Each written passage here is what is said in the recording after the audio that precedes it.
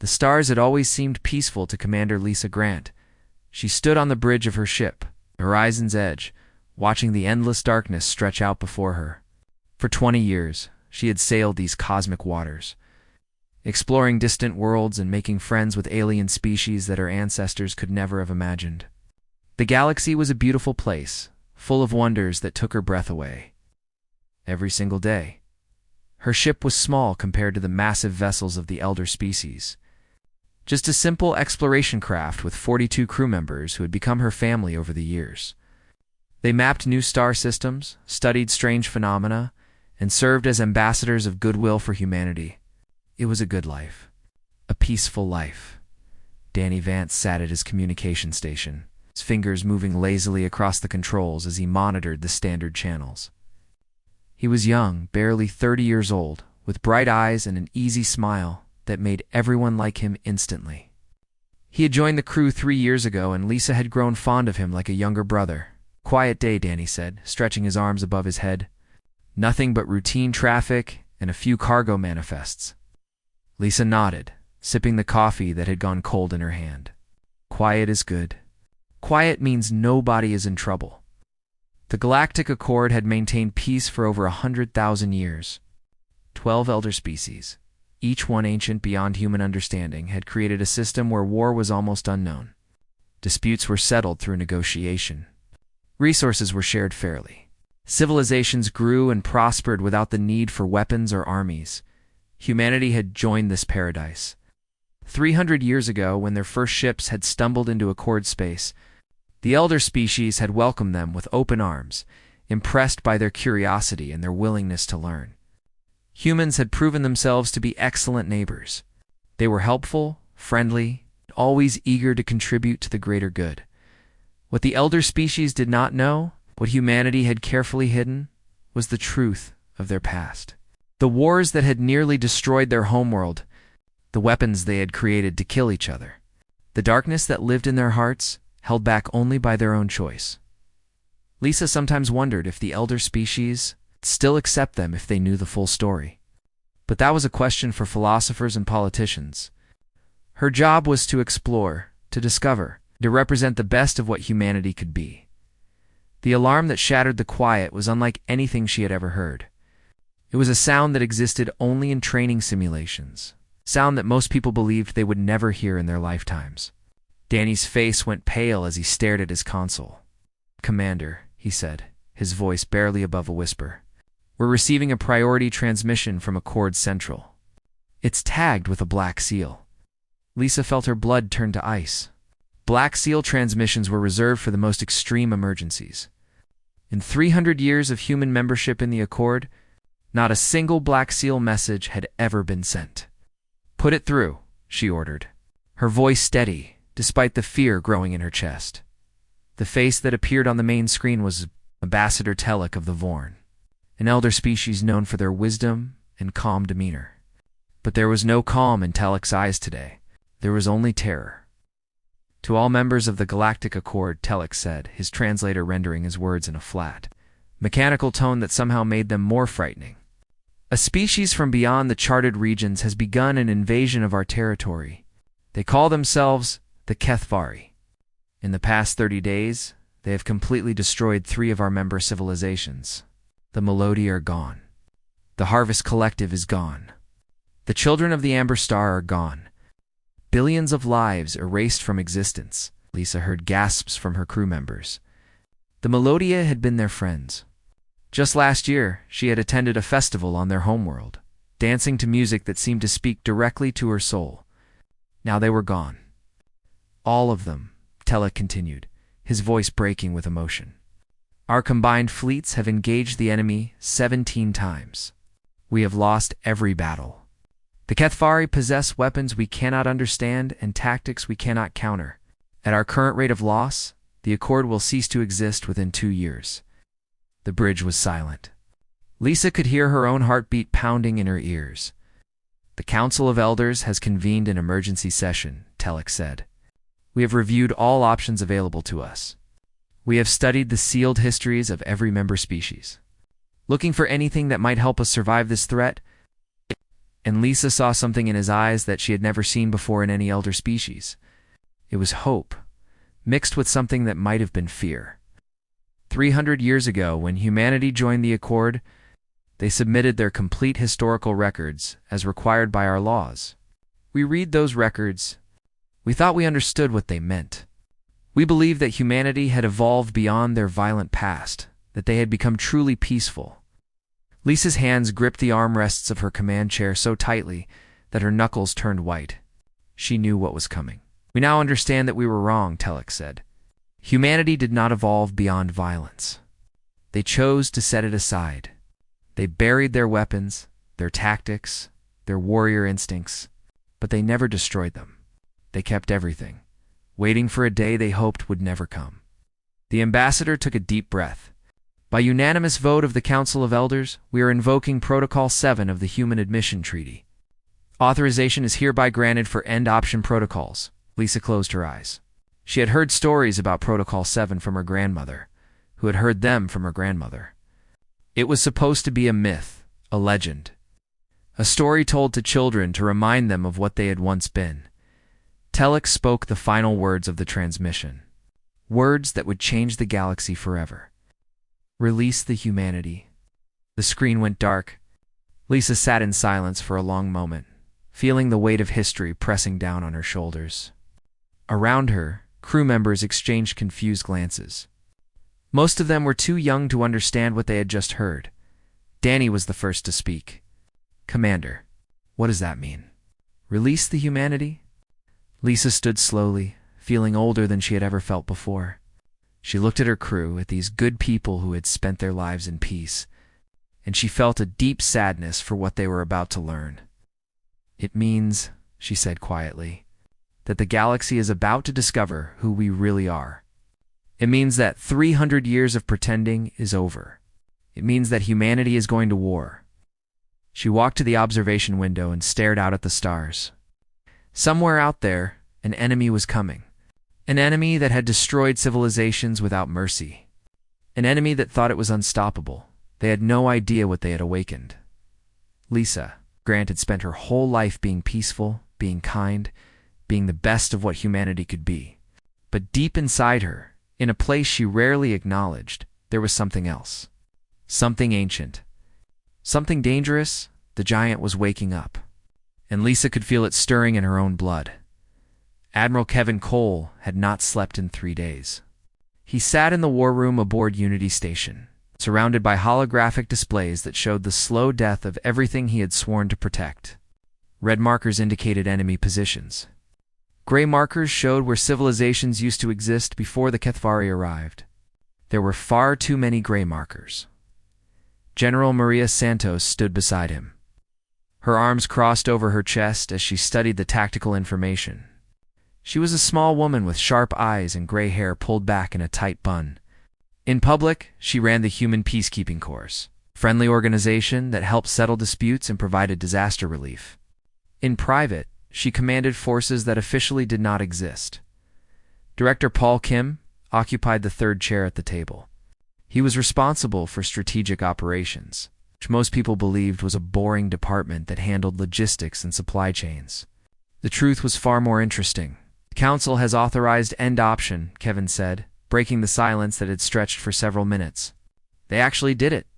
"I never thought they would," Maria let out a long breath. They had no choice. 3 elder species gone in 30 days. The Kethvari are not here to negotiate. They are here to consume. "Do the elders understand what they have asked for?" Paul asked.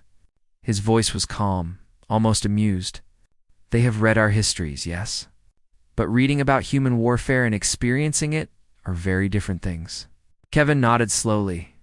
"They think they understand. They believe that we were once violent and that we might still remember some useful tactics. They have no idea of the truth. The truth was something that humanity had protected for 300 years. When they had first joined the Accord, they had faced a choice. They could reveal their full capabilities and risk being seen as a threat. Or they could hide what they truly were and earn the trust of their new neighbors. They had chosen to hide. The war fleets were dismantled, their components recycled into civilian vessels. The weapons research facilities were closed, their files sealed behind encryption that only a handful of people knew how to break. The soldiers and generals retired from service, taking jobs as teachers and farmers and artists, but nothing was ever destroyed. Maria pulled up a file on the holographic display. The words Project Lazarus glowed in soft blue light. Everything we put away, we cataloged. Every warship design, every weapons system, every tactical doctrine developed over 10,000 years of human conflict. It is all still there, stored in databases that the Accord does not even know exist. How long to bring it back? Kevin asked. Paul smiled, and there was something cold in that smile. The manufacturing systems can be converted in 48 hours. We hid them in plain sight, disguised as civilian factories. One small software update, and they will start producing things that would give the elder species nightmares. What about personnel? Maria asked. We cannot fight a war with civilians. That is where it gets interesting, Paul replied. He pulled up another display showing statistics and graphs. When we joined the Accord, we agreed to abandon our military traditions. No more armies. No more combat training. No more war games. He paused, letting the words sink in. So we changed the names. Combat training became competitive sports. Tactical education became strategic gaming. War simulations became entertainment software.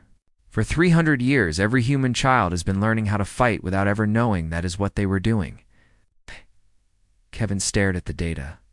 Are you telling me that our entire population has been secretly trained for war? Not secretly, Paul said. Openly. We just called it something else. The average human teenager has spent thousands of hours practicing decision-making under pressure, resource management, team coordination, and strategic thinking. They think they were playing games. They were actually preparing for this moment. Maria shook her head slowly. The muscle memory of war never left us. We just dressed it up in different clothes. Kevin stood and walked to the window. Outside, he could see the stars that humanity had called home for 3 centuries. Peaceful stars. Safe stars. Stars that were now threatened by an enemy that believed nothing could stop them. Send the activation codes, he said quietly. Wake up the sleeping giant. Paul nodded and began typing commands into his console. Across 17 star systems, encrypted messages began flowing through channels that had been silent for generations. Hidden systems came online. Sealed databases opened. People who had lived their entire lives in peace suddenly found themselves remembering skills they never knew they had. Maria watched the process with a mixture of pride and sadness. The Kethvari have conquered hundreds of civilizations, she said. They have never lost a war. They believe they are invincible. They have never fought humans, Kevin replied. No, they have fought the peaceful humans, the kind humans, the humans who chose to be good neighbors. Maria turned to face him, and her eyes were hard as stone. They have not yet met the other humans, the ones we buried, the ones who built weapons capable of destroying planets, the ones who survived ice ages and plagues and wars that killed billions, the ones who looked at the void of space and decided to conquer it. Kevin nodded. Then let us introduce them.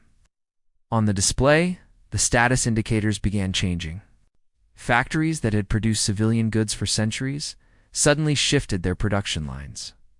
Scientists who had studied theoretical physics quietly began working on very practical applications. Athletes and gamers found themselves receiving notifications that their skills were needed for something more important than entertainment. The transformation was quiet at first. There were no dramatic announcements, no public declarations of war. Humanity simply began to change. Like a person waking from a long sleep and remembering who they truly were, Paul looked up from his console. The first wave of conversions is complete. We will have functional warships within 72 hours. The elder species will not believe their eyes. Kevin allowed himself a small smile. The elder species maintained peace for 100,000 years. They forgot what war looks like.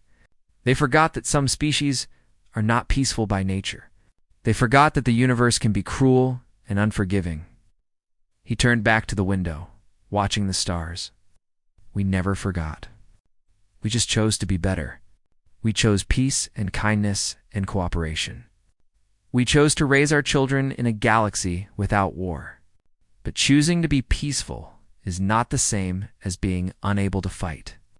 Maria joined him at the window. The HFY made a mistake. They thought they were attacking the Accord. They thought humanity was just another peaceful species, soft and weak and ready to be conquered. She put her hand on the glass, as if reaching out to touch the distant stars. They were wrong. They did not attack the Accord. They attacked our friends. They killed our friends. And now they are going to learn something that the galaxy forgot a long time ago. Kevin waited for her to continue. Humanity does not forgive, Maria said softly, and humanity never forgets. The message arrived at exactly midnight, local time, on every human world across 17 star systems. It appeared on personal devices, work terminals, public displays, and private screens. There was no sound, no alarm, just simple words in plain text that every human citizen received at the same moment. An option activated. Remember who you are. On the colony world of New Austin, school teacher named Greg Palmer was grading papers when the message appeared on his tablet. He stared at the words for a long moment, feeling something stirred deep inside his chest. It was a feeling he did not recognize at first, something that had been sleeping for so long that he had forgotten it existed. He set down his pen and walked to the closet in his bedroom. Behind the winter coats and old boxes, there was a case that he had not opened in decades. His hands trembled slightly as he entered the code. The lock clicked open, and inside he found a uniform. Dark fabric with silver trim. The insignia of a tactical operations specialist. Greg had worn this uniform 30 years ago. During what everyone called advanced training exercises, he had told himself they were just games, just simulations, just ways to stay sharp. Now he understood the truth. They had never stopped preparing for war. They had just convinced themselves they were doing something else. The uniform still fit perfectly across the planet.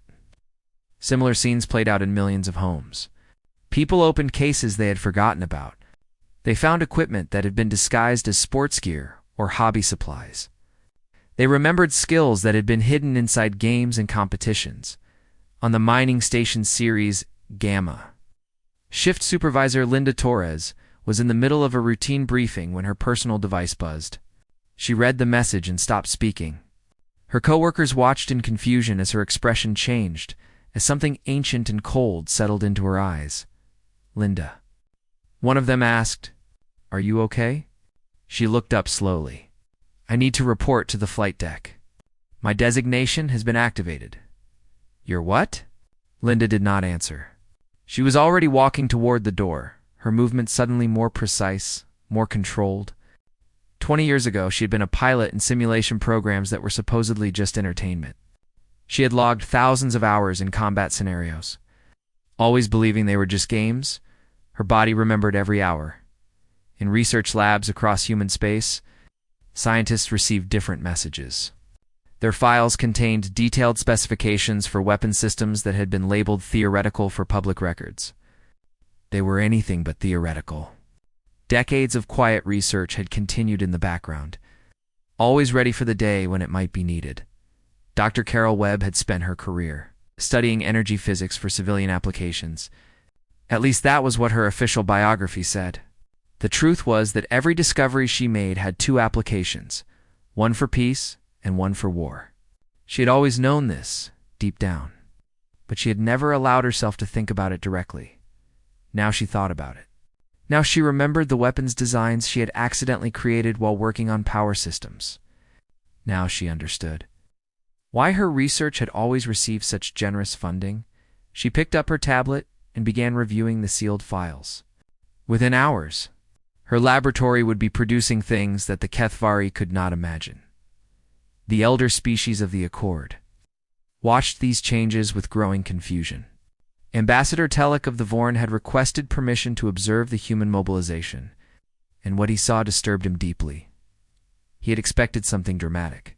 Military parades, perhaps, or emotional speeches. Instead, he watched humanity transform in near silence. Factories shifted production without fanfare. Citizens reported 2 new assignments without complaint. Ships were retrofitted with weapons that seemed to appear from nowhere. How is this possible? Telek asked his aide, a young Vorn named Selik, who had studied human history. They have been peaceful for 300 years. How can they mobilize so quickly? Selik chose his words carefully. Ambassador, I believe we made an error in our understanding of humans. We thought they had become peaceful. We thought they had abandoned their warrior nature. Had they not? They had chosen to be peaceful, Selik said. That is different from being unable to fight. Humans did not lose their capacity for violence. They suppressed it. They channeled it into other activities. They taught their children to compete fiercely in sports and games, never admitting that they were training the next generation of soldiers. Telek watched a group of humans working on a ship that had been a cargo vessel yesterday. Today, it bristled with weapons. They deceived us. No, Ambassador, they deceived themselves. They wanted so badly to be peaceful that they convinced themselves they were. But underneath that desire, the truth remained. Humans are predators. They evolved on a world that tried to kill them every day. They survived ice ages, famines, diseases, and wars. They are the descendants of the most successful killers their planet ever produced. The ambassador was silent for a long moment, and we have released them. Yes, we have released them. And I do not think we can put them back. On the horizon's edge, Commander Lisa Grant watched her own crew undergo the transformation. Danny Vance, the cheerful young communications officer, was now reviewing tactical protocols with an intensity she had never seen in him before. Eddie Marsh, the helmsman who loved to tell jokes, was calibrating weapon systems with the precision of a surgeon. They were the same people they had always been, but they were also something more, something older, something that had been waiting inside them all along. Commander, Danny said, looking up from his console, I have been reviewing the sealed combat frequencies. I know how to coordinate fleet attacks. I do not know how I know this, but I do. Lisa nodded. It is because you were always a warrior, Danny. You just did not know it. Were you? She thought about the question carefully. Yes. I was always a warrior. But I was also always a peacemaker. The two are not opposites. The best warriors understand the value of peace. That is why they fight so hard to protect it. Outside the ship, the stars continued their ancient dance, indifferent to the chaos spreading across the galaxy. But the humans were not indifferent. They remembered what it meant to fight. They remembered what it meant to win. And they remembered what it meant to make their enemies regret ever threatening the people they loved. The giant was awake. The giant was angry. And the giant was coming. The Kethvari armada hung in space like a swarm of metal locusts. 300 warships, each one larger than anything the Accord had ever built, waited at the edge of the Nexus system. Their commander, a creature of chitin and fury named Krath, studied the tactical displays with satisfaction. The Nexus system was the heart of the Accord, 12 inhabited worlds. Trillions of beings. The greatest concentration of wealth and technology in the known galaxy. When it fell, the rest of the Accord would collapse within months. Krath had conquered 47 civilizations in his lifetime. He had never lost a battle. The soft species of the Accord were no different from all the others who had fallen before his fleet. They would beg for mercy, and he would grant them none. Commander, one of his officers reported, sensors detect a single vessel approaching our position. Krath turned his attention to the display. A tiny ship, barely a speck against the vastness of space, was moving directly toward his fleet. It was a human vessel, according to the registry. An exploration craft with minimal weapons. Send one ship against 300. Krath made a sound that passed for laughter among his species. The humans are even more foolish than I believed. Did we destroy it? No. Let it approach. I want to see what message these creatures bring. Horizon's edge dropped out of faster-than-light travel in the center of the Kethvari formation. Commander Lisa Grant stood on her bridge, surrounded by her crew of 42 souls. Every one of them had volunteered for this mission. Every one of them knew they might not survive. Danny Vance looked up from his console. They are targeting us, Commander. 117 weapon systems are locked on our position. Lisa nodded calmly. Open a channel to the enemy flagship. Channel open. She stepped forward, facing the main screen that now showed the interior of a HFY bridge. The alien commander was massive, a nightmare of armored plates and sharp edges. His eyes glowed with a cold intelligence that had orchestrated the deaths of billions. I am Commander Lisa Grant of the human vessel Horizon's Edge, she said, her voice steady. You have killed our friends. You have destroyed civilizations that we loved. You have threatened the home we have built over 3 centuries. Krath leaned forward, amused by this tiny creature that dared to address him. And what will you do about it, human? Beg for mercy? Offer tribute? Your species is weak. Your ships are toys. You are nothing, Lisa smiled. It was not a friendly smile.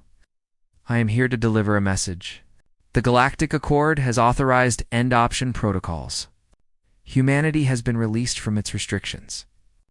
You wanted war with the Accord. Instead, you have awakened something far worse. Awakened what? Us. She turned to Danny. Send the signal. Behind the horizon's edge, space itself seemed to tear open. Ships emerged from faster-than-light travel, one after another, filling the void with metal and fire. Human warships, 5,000 of them. Each one bristling with weapons that had not existed 7 days ago. The tactical display on Krath's bridge exploded with warnings. His officers scrambled to make sense of what they were seeing. Where had these ships come from? How had the humans built a fleet of this size without anyone noticing? Lisa watched the enemy commander's expression change from amusement to confusion to something that might have been fear. You have conquered 47 civilizations, she said. You have never faced one that fought back with everything it had. You have never faced a species that spent 10,000 years perfecting the art of killing. She leaned closer to the screen. You have never faced humans. The battle began. Eddie Marsh threw the horizon's edge into a spinning dive that would have killed any other crew. But this was not any other crew. These were humans, descendants of warriors who had learned to fight in conditions that should have been impossible. Their bodies adapted. Their minds calculated. Their instincts guided them through maneuvers that the HFY could not predict. Lisa watched the tactical display as her fleet engaged the enemy. Human ships moved in patterns that seemed chaotic but were actually precisely coordinated. They anticipated enemy fire before it was launched. They exploited weaknesses that the HFY did not know they had. The first HFY warship exploded in a flash of light. Then another. Then 3 more. Krath screamed orders at his officers, but nothing they did seemed to work. The humans were everywhere, striking from impossible angles, disappearing before counterattacks could land. Their weapons carved through HFY armor like it was paper. How are they doing this? Krath demanded. These are the peaceful humans, the weak ones, the species that abandoned warfare. On the horizon's edge, Lisa heard his transmission over the open channel. She answered him. We did not abandon warfare. We chose to set it aside. We chose peace because we understood the alternative. We raised our children in safety because we knew what it meant to raise them in blood. We became good neighbors because we remembered what it was like to be terrible enemies. She paused as another HFY ship broke apart on the tactical display. You made us remember. You made us choose again. And we chose to fight. The battle raged for 6 hours. When it was over, 219 HFY ships were debris floating in the void. The rest were fleeing, their faster-than-light drives pushing them toward the edge of the system. The human fleet had lost 37 vessels. Each loss was felt deeply. Each crew mourned as heroes. But the victory was undeniable. Lisa watched the enemy retreat, feeling exhaustion settle into her bones. Around her, her crew worked in focused silence.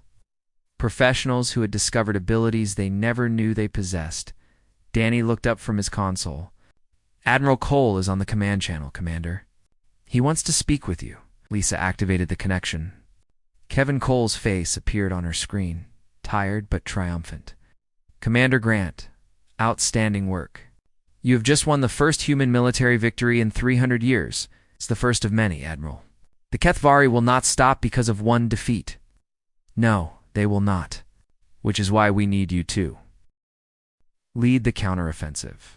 You have proven yourself today.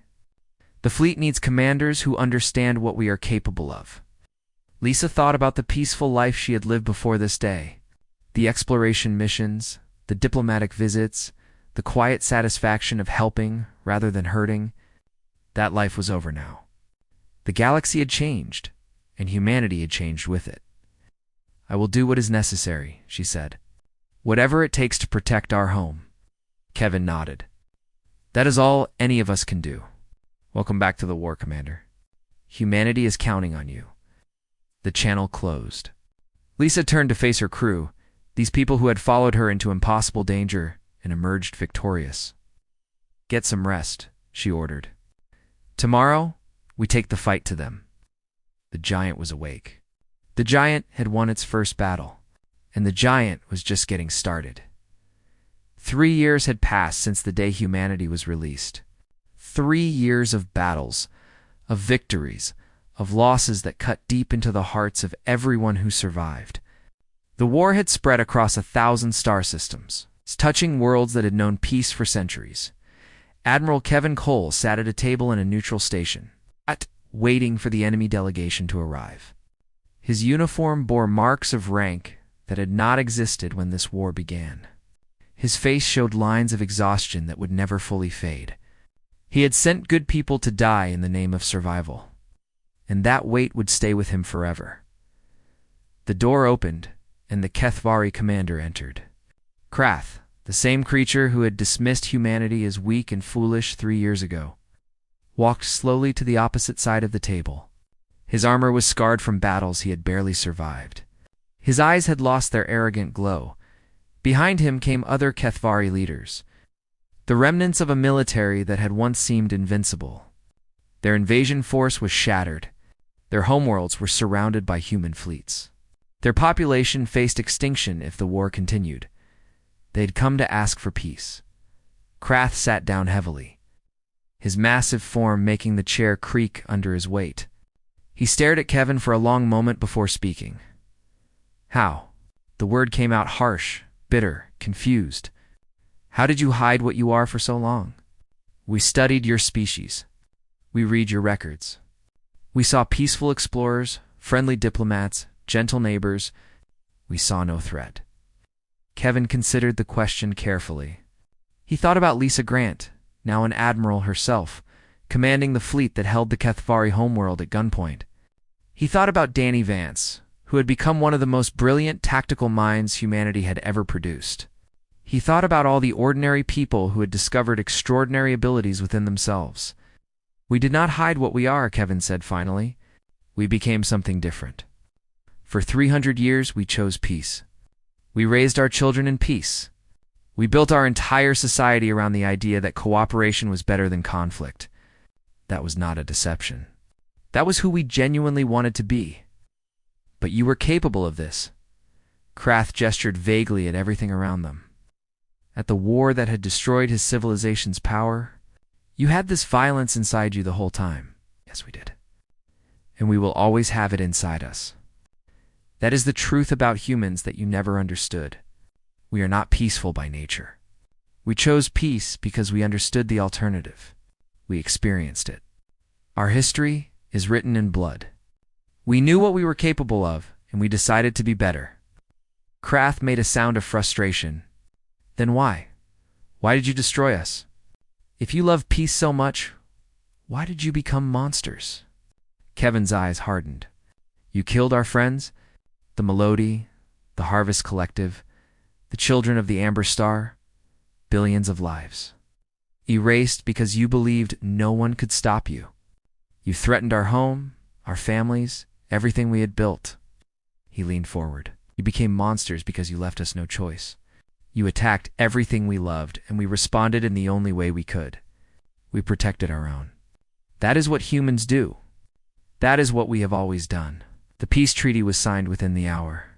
The Kethvari agreed to withdraw beyond the charted regions, to surrender their remaining war fleet and to never threaten the Accord again. In return, humanity would spare their homeworlds and allow their civilization to survive. It was not a generous peace. It was not a kind peace.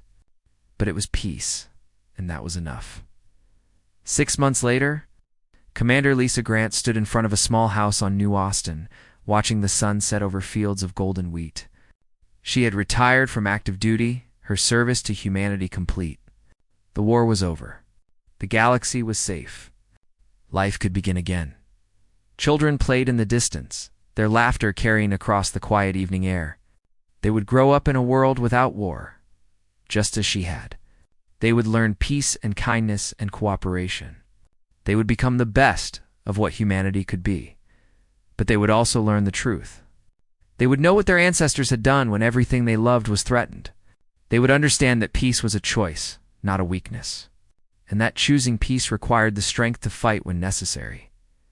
A vehicle approached the house. An Ambassador Telek of the Vorn stepped out. He looked older than when Lisa had first met him, the weight of recent years visible in his movements. He walked slowly toward her and stopped a few feet away. "Admiral Grant," he said, "or should I say Commander. I understand you have retired." "Just Lisa now," she replied.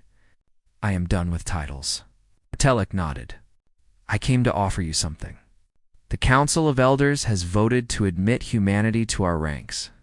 Full membership, equal voice, recognition of everything you have done for the Accord. You would be the first human to sit among us." Lisa looked at him for a long moment. She thought about everything that had happened, everything she had seen, everything she had done. She thought about the person she had been before the war, and the person she had become. "Thank you," she said, "but I think humanity needs to decline that offer." Telek's expression showed surprise. "Decline? After everything you have accomplished? We spent 300 years trying to be peaceful. We spent 3 years proving we had not forgotten how to be dangerous. Now we need to find the balance between those two things. We are not ready to be elders, Ambassador. We are still figuring out who we are." She turned back to watch the sunset. "We will be here, raising our children, building our homes, living our lives. We will be the quiet neighbors who keep to themselves. We will trade with the Accord, cooperate with the Accord, support the Accord in every way we can." Telek studied her carefully. "And if another threat emerges? If another species decides to do what the Kethvari attempted?" Lisa smiled, and there was warmth in that smile, but also something deeper. Something that remembered the battles, the losses, the terrible choices that war demanded. "How they know?" "Then you know where to find us. All you have to do is ask." She paused, watching the last light fade from the sky. "The giant sleeps, Ambassador. We prefer it that way. We like the peace, the quiet, the simple pleasures of a life without war. We want our children to grow up believing that violence is a last resort, not a first response. But we never truly forget what we are. We never destroy the weapons, never abandon the training, never lose the instincts that kept our ancestors alive through 10,000 years of struggle. We keep it all buried deep, waiting for a day we hope will never come." She looked at him directly. "Because the universe is dangerous, Ambassador. It does not care about peace or kindness or good intentions. Sometimes the only way to protect the things you love is to become something terrible. We understand that. We accept that, and we are always ready for that." Telek was silent for a long moment. Then he bowed his head in respect. "I think I finally understand humanity," he said quietly. "You are not a peaceful species that learned to fight. You are a dangerous species that chooses to be peaceful. That is far more impressive." Lisa nodded. "We like to think so." She watched him return to his vehicle, watched him fly away into the darkening sky. Then she went inside, where a simple meal waited and a quiet evening stretched ahead. The war was over. The giant slept. But somewhere in the darkness between stars, humanity waited, ready to wake again, ready to fight again, ready to protect everything they loved no matter the cost, because that was what humans did. That was what they had always done, and that was what they would always do.